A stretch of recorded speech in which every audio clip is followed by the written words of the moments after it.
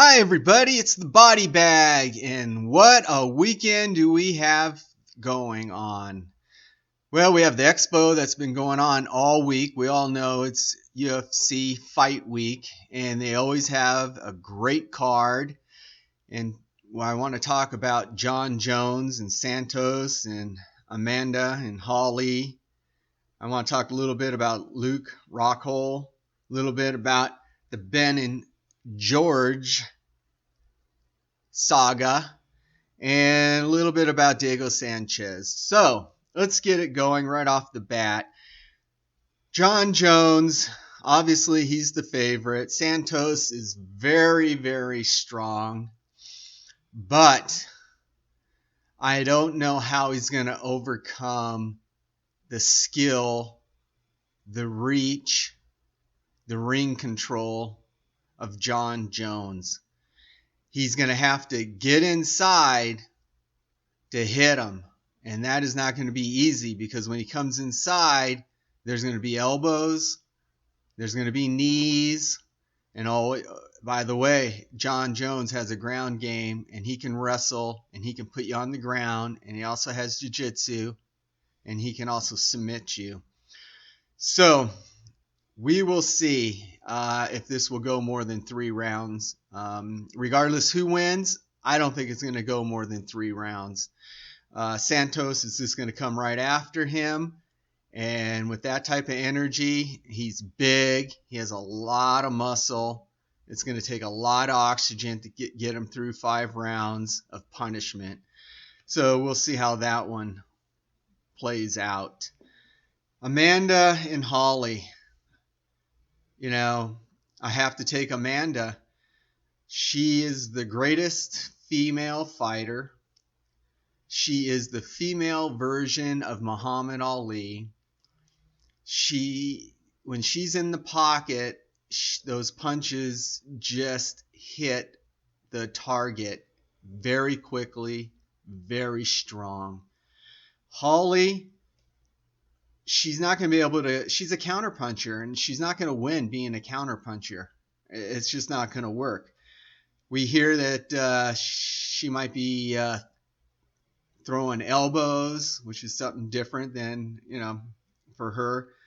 She may have to go for some takedowns and try to put this on the ground.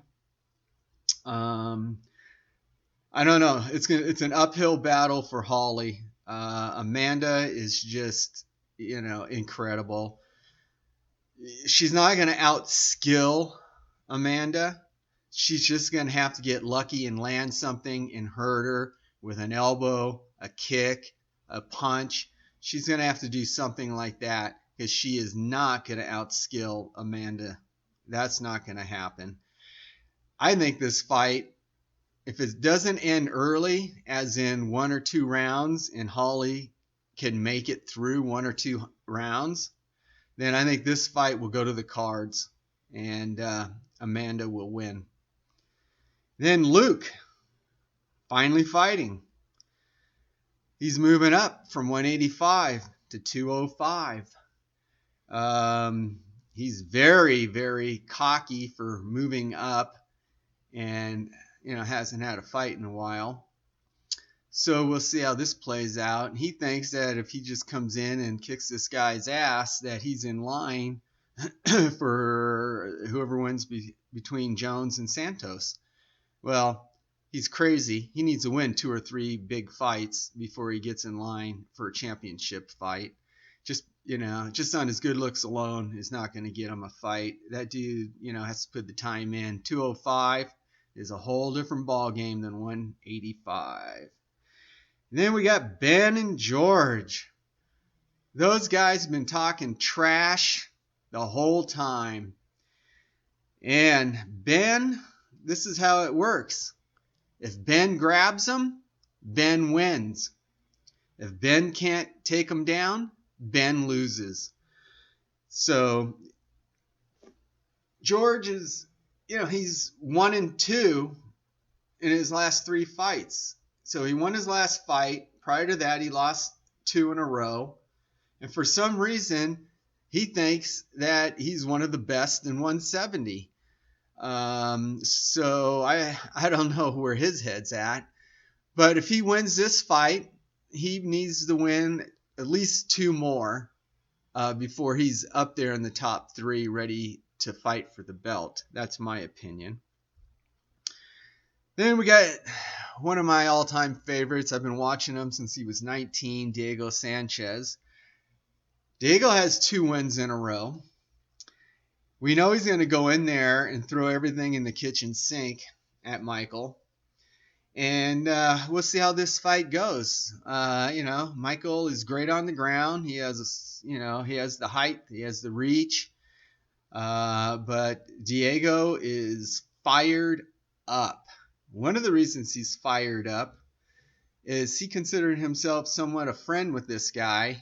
And then he found out that this guy wanted Diego because he thought if he fought the old man, it'd be an easy fight and get him rolling, to move, to a better fight.